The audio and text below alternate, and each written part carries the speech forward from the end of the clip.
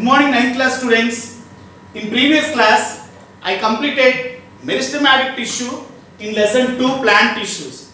In that, I explained about three types in meristematic tissue, that is apical meristematic tissue, lateral meristematic tissue, intercalary meristematic tissue. Apical meristematic tissue helps to increase the plant in lengthwise.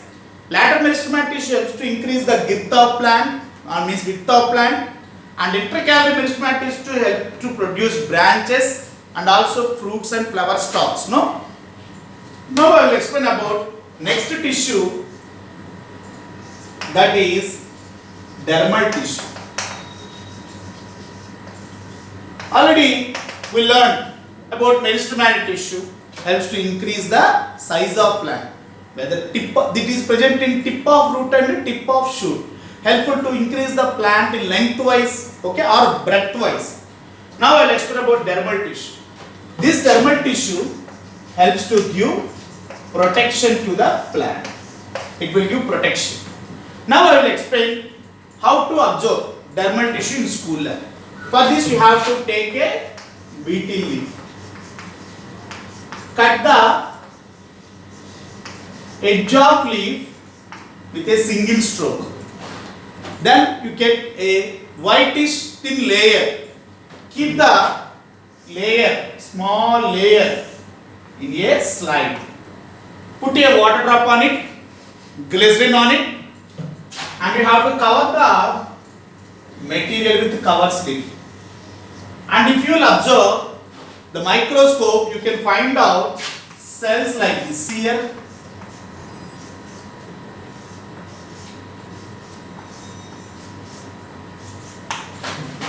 You can find out cells like this.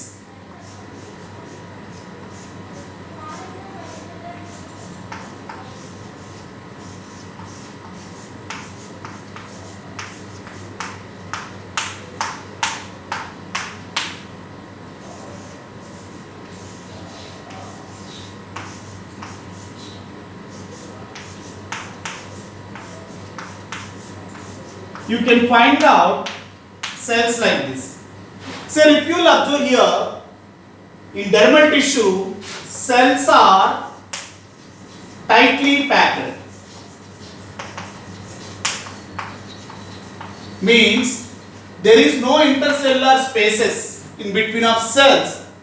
There you can find out stomata which surrounded by kidney or bean shaped cells called guard cells. Or we know that stomata helpful for exchange of gases. Taking one gas, releasing another gas. Taking carbon dioxide, release oxygen in the process of photosynthesis. Taking oxygen, release carbon dioxide in the process of respiration.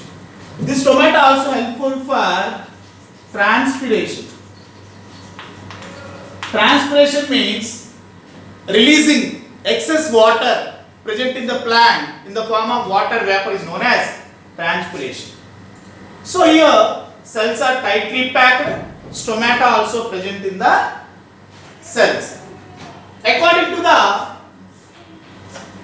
presence of cells, dermal tissue classified into three types, that is ectoderm, mesoderm and endoderm. According to the presence of layers, we can find out three types. Ectoderm, it is the outer covering of tissue, dermal tissue. It is the mesoderm, it is the middle layer in the dermal tissue. Endoderm, it is the inner layer in dermal tissue. Do you know dermal tissue plays several important roles in plants? First one, having stomata. Stomata also present in dermal tissue of leaves. Okay. Already explained, leaves have some natural openings known as stomata. See here, this is stomata.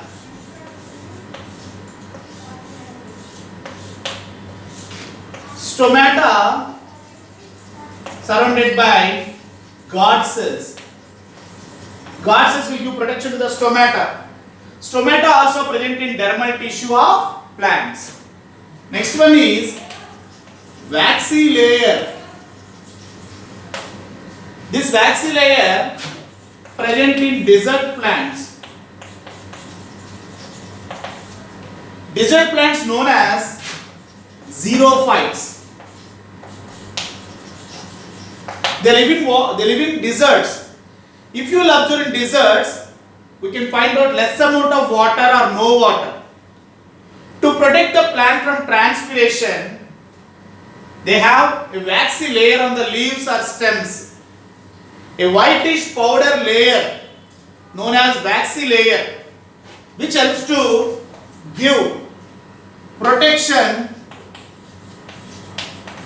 to the plant from transpiration. They have a waxy layer. If you will observe plants like cactus, aloe vera, opuntia, if you will do like this on stems, you can find out a whitish powdery layer that is known as waxy layer.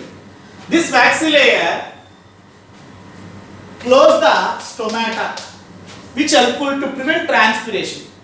If waxy layer is not there, what will happen? The water evaporates from plants, which leads to the death of plant. So having waxy layer is one of the adaptation which seen in desert plants to protect themselves from transpiration. Next one is root hair, also present in dermal tissue. What are root hair? We will discuss in 10th class also this topic. Roots have small hair-like structure known as root hair.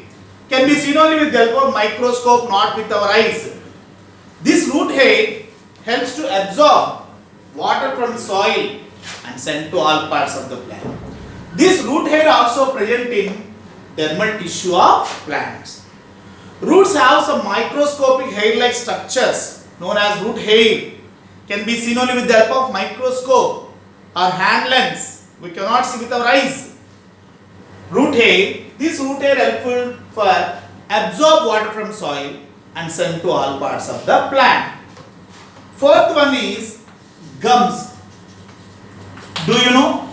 Some plants like neem or tamarind. These plants produce a sticky substance known as gums, also produced from dermal tissue of plants. At the time of injuries, when you make wounds with the help of sickle, the plant secretes a sticky substance known as gums. Do you know?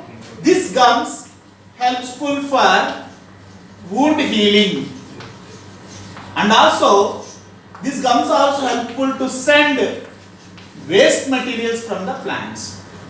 Plants get rid of waste in the form of gums. Do you know? Let us not have specific excretory organs like us, like kidneys. Let us not have like that. That's why they produce waste material. They also produce waste materials like us during metabolic activities. These waste materials come outside from the plant in the form of gums. Okay. Plants like neem, tamarind, at the time of injuries, they produce a sticky substance known as gums. There are two roles which played by gums in plants. Gums helpful for wound healing. At the time of injuries, these gums absorb water and helpful for wound healing. At the time of, and they also send, plants also send waste material in the form of gums. So gums also secreted from dermal tissue of plants like neem, tamarind, banyan tree, etc. These are the four roles which played by dermal tissue in most of the plants. One having stomata, which helpful for exchange of gases and transpiration. Having waxy layer in xerophyte desert plants helps to cover the stomata as a layer, which helpful to prevent transpiration. Root hair also present in dermal tissue of plants, which helps to absorb water from soil and send to all parts of the plant. Gums also secreted from dermal tissue of plants This gums helpful for wound healing, and majority of plants and waste material in the form of gums like neem and tamarind. So this is about dermal tissue. Dermal tissue, if you observe, cells of dermal tissue are tightly packed without air spaces in between of cells. We cannot find out any space. This arrangement of cells helps to protect the plant from parasite entry. Parasite means disease causing germs, and also this helps to protect the plant from external environmental conditions. All we know about bark. In Telugu it is called beradu. Do you know about bark? Bark, very important question in the exam point of view. What is bark? In big trees, dermal tissue,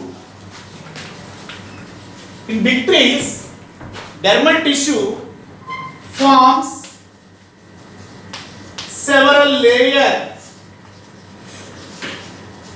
above epidermis, is known as bark. In big trees, huge trees like banyan tree, mango tree, neem tree, we can find out a bark, a brown color patches which formed on matured plants. That is called bark. What is bark? In big trees like mango, banyan tree, etc., dermal tissue forms several layers above epidermis. Already I explained about epidermis. Here, if you will observe outer layer, ectoderm, epidermis, outer layer of plants, this bark will be formed on big trees, several layers above epidermis, known as bark. This bark is impervious to gases and liquids. Means impervious means does not allow. Impervious means does not allow. This bark does not allow water and gases into the plants. That is called impervious. In big, chala important question in the public point of, in exam point of view. What is bark?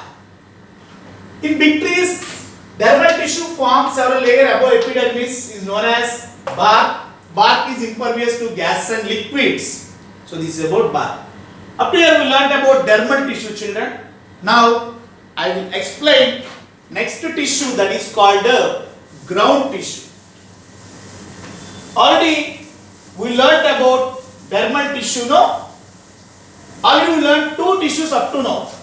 That is meristematic tissue, dermal tissue. These two tissues have their own functions. Meristematic tissue helps to increase the plant lengthwise and breadthwise. Dermal tissue which will give protection to the plant. Next one is ground tissue. There are three types of ground tissue which present in your textbook. Parenchyma,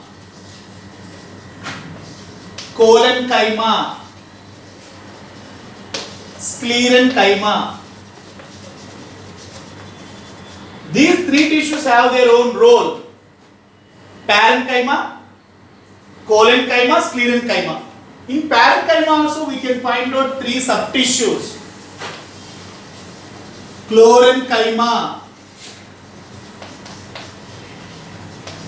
arenchyma, storage tissue. Chlorenchyma which have chloroplast which helps to perform photosynthesis. Arenchyma which have air spaces which helps to float in water, present in aquatic plants, hydrophytes. Storage tissue which stores food and water, present in seeds, vittanalu, tubers, dumpal. So these are the three types of tissues in parenchyma. Chlorenchyma, Aerenchyma, storage tissue. If you will observe, some aquatic plant float in the water due to the presence of air spaces, that is known as Aerenchyma. This is helpful to float the plants in water. If you will observe seeds and tubers, dumpallo, we can find out a tissue, storage tissue which is helpful to store food and water. Chlorenchyma, this tissue have chloroplast which helps to trap solar energy to prepare starch in the process of photosynthesis. So these are the three types of tissues in parenchyma. In the next class, I will explain about another two tissues in ground tissue, that is collenchyma and sclerenchyma. Okay, thank you children.